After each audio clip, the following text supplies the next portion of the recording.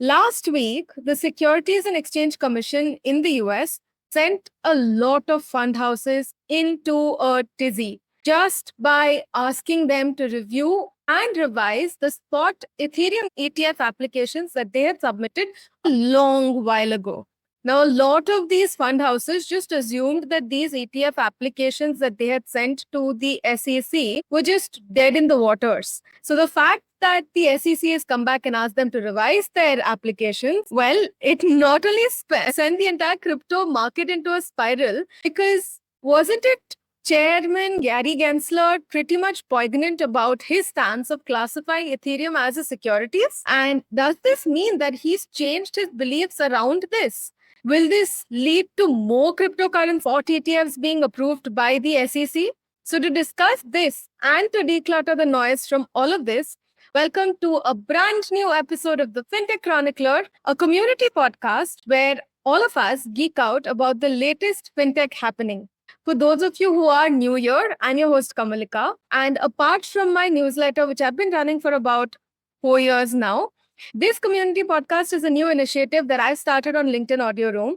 There are no rules whatsoever. So anytime you feel you wish to contribute, or maybe you even disagree from my point of view, feel free to raise your hand, which is the hand button at the bottom right corner of your screen. Come up on stage, give us a brief introduction about yourself, and I promise we'll have a great discussion and learn from each other in the process. So with that said, let's get started. Today, before we talk about the upcoming approval for the Ethereum spot ETF, we will discuss a little bit about Ethereum and its journey so far, what we mean by ETFs, what other ETFs are there in the market, then a little bit about this particular product and the legalities and regulatory norms around it as well. And not just the US, but what is happening in Hong Kong for the same product, what the kind of impact is that we could or could not have for the broader market and crypto markets in specific as well. So with that said, just checking in with my amazing audience if they would want to add something at this point in time, or else let's get started.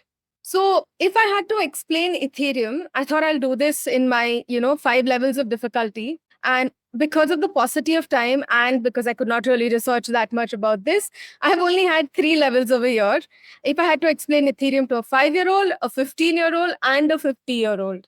So for a 5-year-old, imagine a magical playground where you can play any game you want, trade toys, and even meet up with new friends.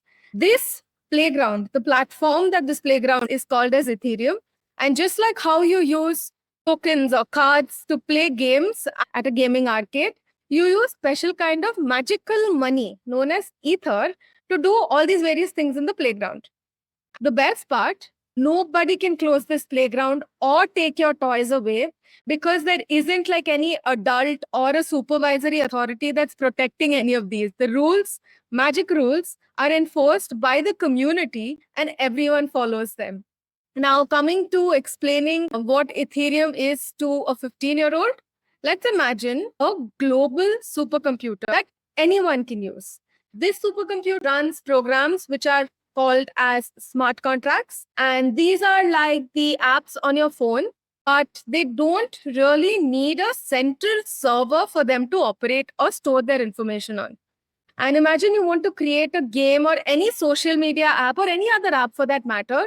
The best part is no one can hack or shut it down because the compute logic is present, distributed across all the participants in the network. Ether is the currency that you use for using this compute power in order to run your programs. Now, if I had to explain Ethereum is to a 50-year-old or my dad, who's there right down on the audience with us, then in that case, by the way, my dad is way more than 50, but yes, to a 50-year-old, Ethereum is like a new kind of an internet itself, where you create applications, you run applications, and you can also do any kind of transactions that you want without the need for a central registry or a central authority like a bank or a tech company in case of platforms like a Facebook or anyone to manage any of it. You imagine you want to set up a contract between two people to execute monthly, for example, the rental payments. Then you don't really need to go to a registry and make sure that there's a transaction that you sign with the central registry in order for them to give you the money periodically. You create smart contracts on Ethereum.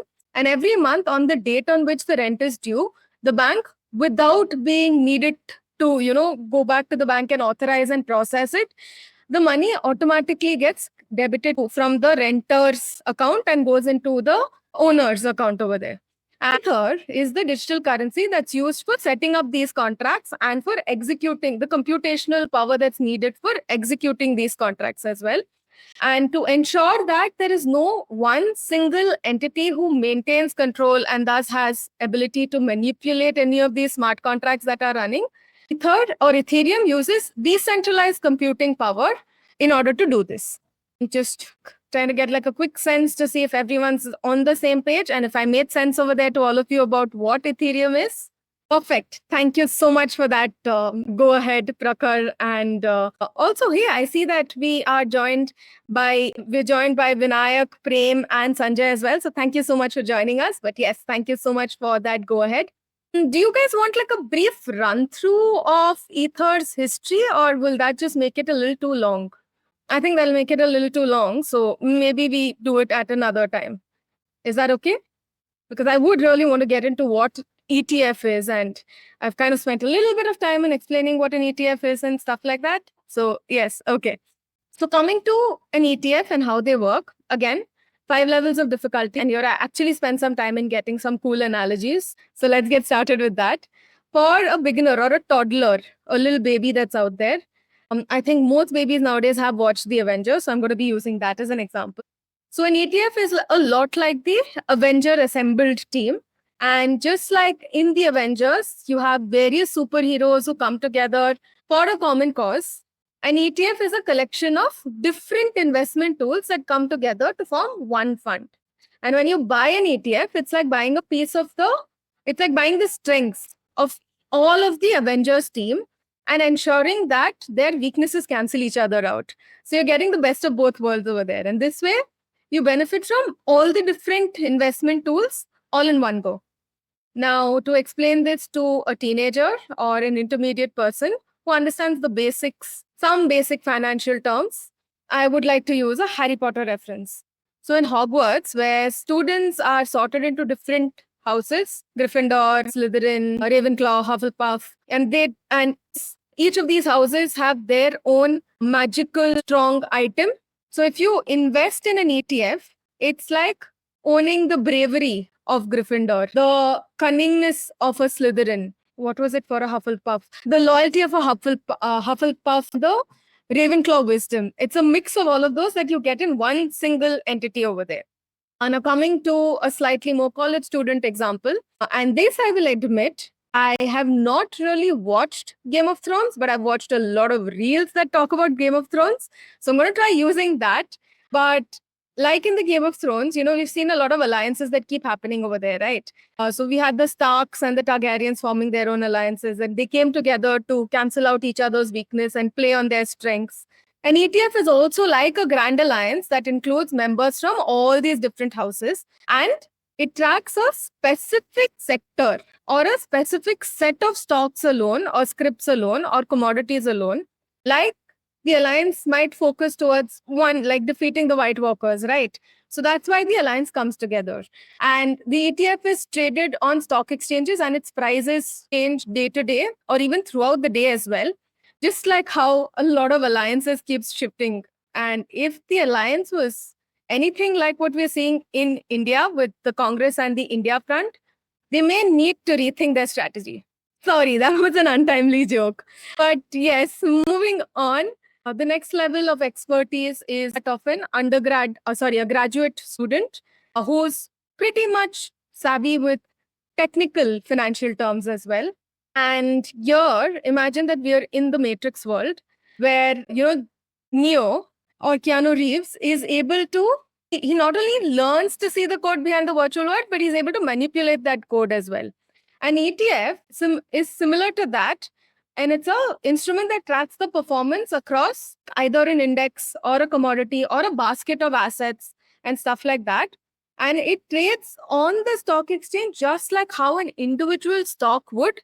with the benefits of providing added liquidity and flexibility. And ETFs can be both passively and actively managed. If they're passively managed, they're just replicating the performance of the index that they're tracking alone. If they're actively managed, then the managers are trying to make the buy and sell decisions in order to outperform the index as well.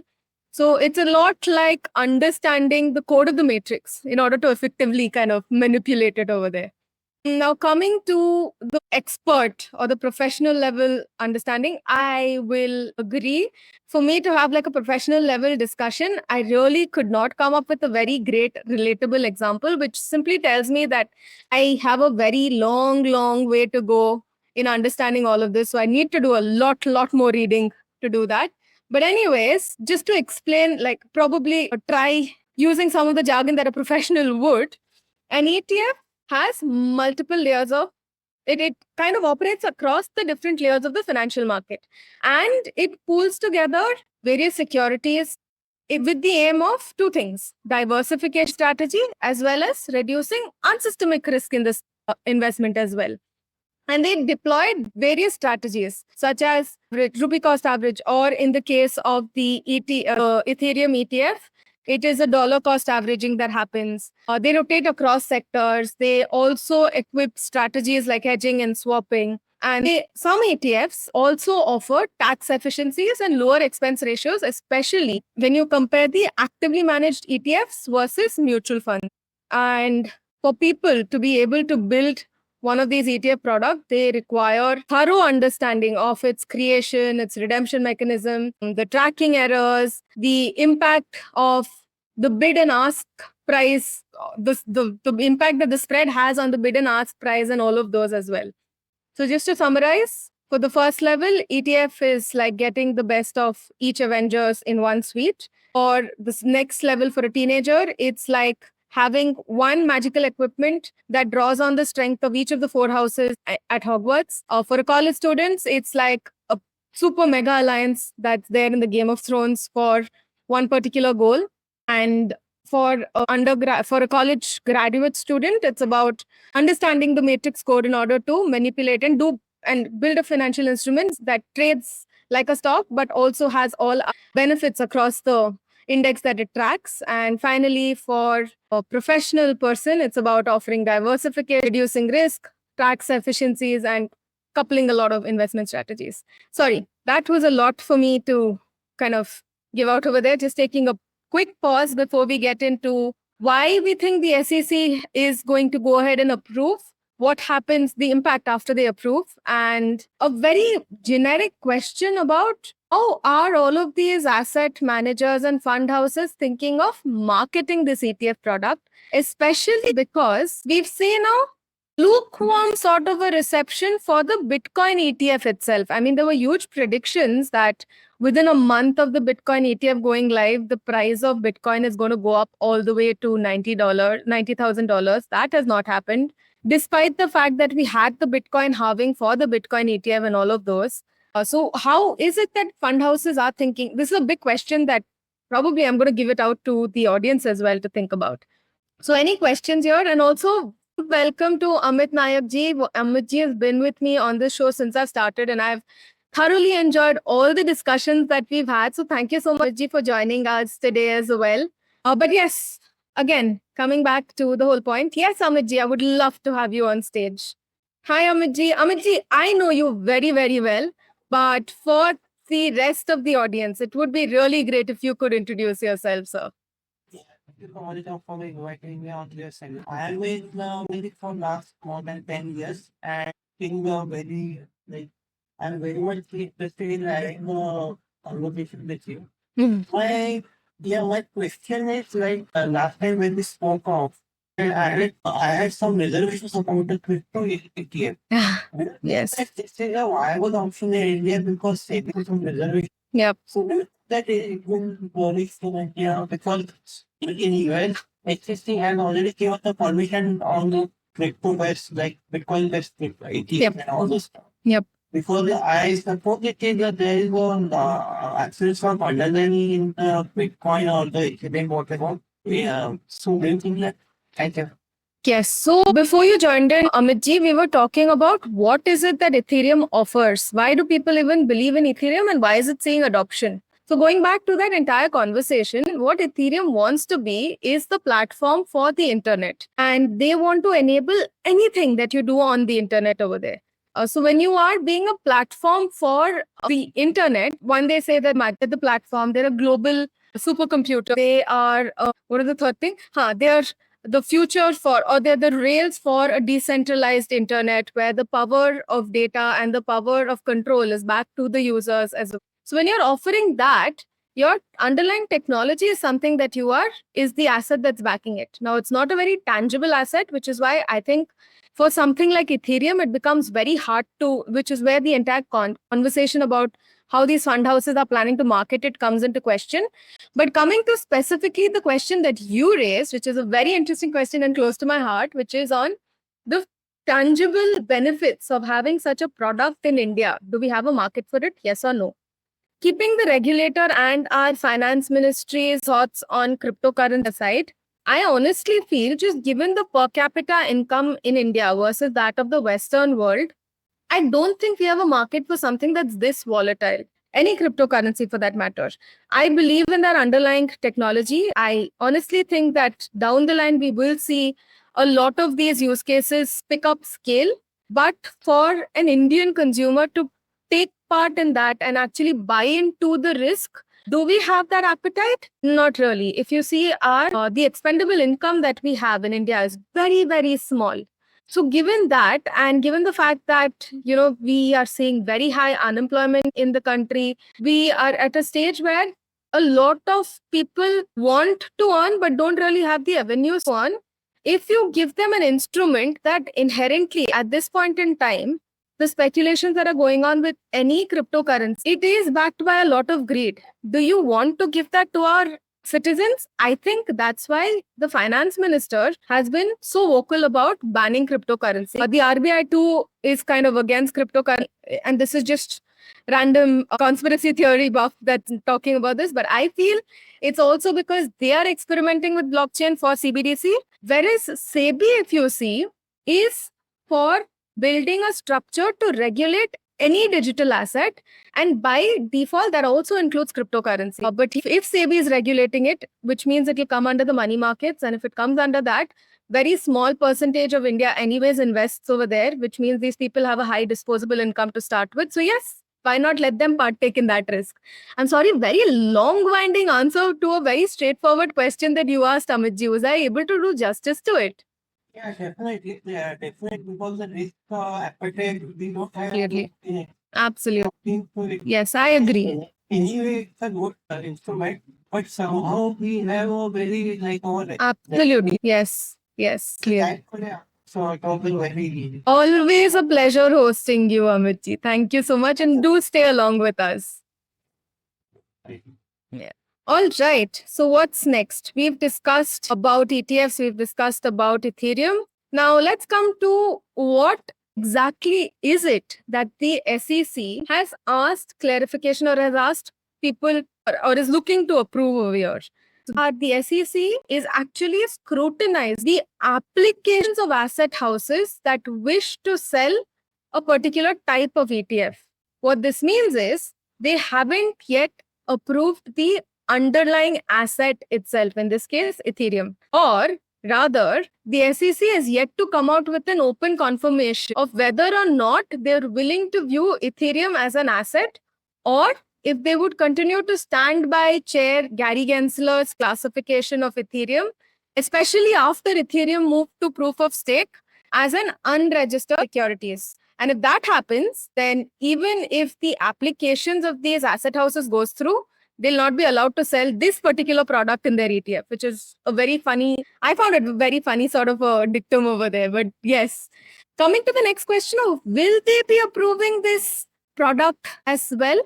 There are certain, so the way that I'm looking at it, have broken it into macro factors that are there, political, geopolitical factors, as well as pressure that the chair, Gary Gensler, has also been facing, and to some extent, regulatory competition. So what do I mean by macro factors? One, Hong Kong has already approved a spot Ethereum ETF, and they are in the final stages of also allowing Ethereum with staking, which potentially means that the revenue that we earn from this particular ETF investment product would go up exponentially. Then we have the political tension, which is the upcoming US election. And here, Trump is gaining immense popularity with the orange pillars simply by promising to become a more crypto pro US president. And that's a tall claim to make. As tall as building the Mexico wall. What what Trump really wants to do is to make US the hub of all crypto-based activities, or at least he's claiming the legit crypto-based activities. Anyways, next we also have the increasing pressure that Gary Gensler has been facing from Congress in order to prove his reasoning behind classification of certain assets or certain types of products as a security versus an asset. And there are, 3-hour-long sessions that Gary Gensler has had to have almost every other quarter with the Congress just to justify himself. Also, recently, the SEC lost a case in the court and had to go ahead and approve the Bitcoin spot ETF. So I think they don't want that nose cut either over there. So that pressure is also there. And finally, we have pressure that's coming in from the US Commodities Futures Trading Commission, CFTC, have gone on to the Congress willingly and said that, yes, we wish to regulate crypto. And hey, while you're at it, here's a demonstration of our technical prowess and how we plan to manage it. So that is also, for Chair Gensler to make sure that under his rule, the SEC stays relevant and stays progressive. There is a lot of pressure on them. So while this is his last term in any ways, but yes, still I think all of this kind of point to an approval coming along. But even if an approval is given, I am still very confused about how these asset houses are planning to market this product. Because to a layperson, if I had to explain Bitcoin, it's very easy. I just have to say Bitcoin is digital gold in the decentralized web. And while it'll take some, understanding of what decentralized web is, when you say digital gold, everyone knows what to expect over there. So that analogy has a lot of buyers. And when you start feeding in the narrative of how decentral gives power back to the users and yada yada, well, yes, of course, there will be a lot of inflows over there. But for Ethereum, I'm not really sure. And for this, let's go back to the 3 levels where we were discussing what an Ethereum is. First is the Magical Playground. Now, for Magical Playground on Ethereum to actually be deployed, it's not really on Ethereum's native blockchain. You need layer 2 solutions on top of Ethereum. Great, yes, you have a lot of compute that's decentralized. But you know what? The processing is way too slow for a supercomputer. What is the third thing? The decentralization of the entire ecosystem and of all transaction. But when you talk about that, Ethereum has very high gas fees. So you see where I'm going, right? None of the claims of Ethereum, apart from a few, has potential to market to the masses. And when you add the fact that JP Morgan recently released a report where they weren't really too bullish on this asset category altogether. So they say that as compared to Bitcoin, Ethereum will have a much, much lesser attraction, much lesser adoption amongst the public as well. And according to their estimates, they are saying that while Bitcoin saw a huge adoption within the first month, they are not even willing to put what was the estimate that they'd given. They said that totally over the year, the net inflows into Ethereum ETFs will only be 3 billion. And if staking is allowed, which I don't think will happen, it can go up to 6 billion. So it's very, very low compared to the market cap of Ethereum as well. On the basis of this, if you see the price appreciation, it's only going to be about, in the full year, only going to be about 42%, whereas we've seen cryptocurrency go up almost about, 80-90% within 2-3 months. So yes, not much of a taker over there, especially when it comes to the price appreciation that we can expect over there. And finally, one question that I want to leave everyone with is, let's say this approval does come through. What, and for both the asset managers, the asset houses, as well as for the product, who do you think stands to benefit the most? Any takers for this? I think the person or the company that's going to benefit the most from this product coming through is actually Coinbase. Why Coinbase? They have one of the biggest custodial services for digital assets in the world. And as more and more financial institutions starts shoring up their Ethereum wallets with Ether, especially for this particular ETF, and you have more retail investors expressing interest in this product, the need for custodial services is just going to keep on increasing. And Coinbase, being the biggest player and the most secure player, has the upper hand. Another entity that I think could see some sort of an appreciation is probably cold storage, but I'm still divided on that. Not much, because in my opinion, a spot ETF would require the underlying asset to be a lot more liquid and easy to trade, which it's not possible if it goes into cold storage. But I still think cold storage will see a slight uptick in demand, especially from the long-term hodlers or people who are just buying in the hopes of a future price appreciation. So that is about all that I had for this evening.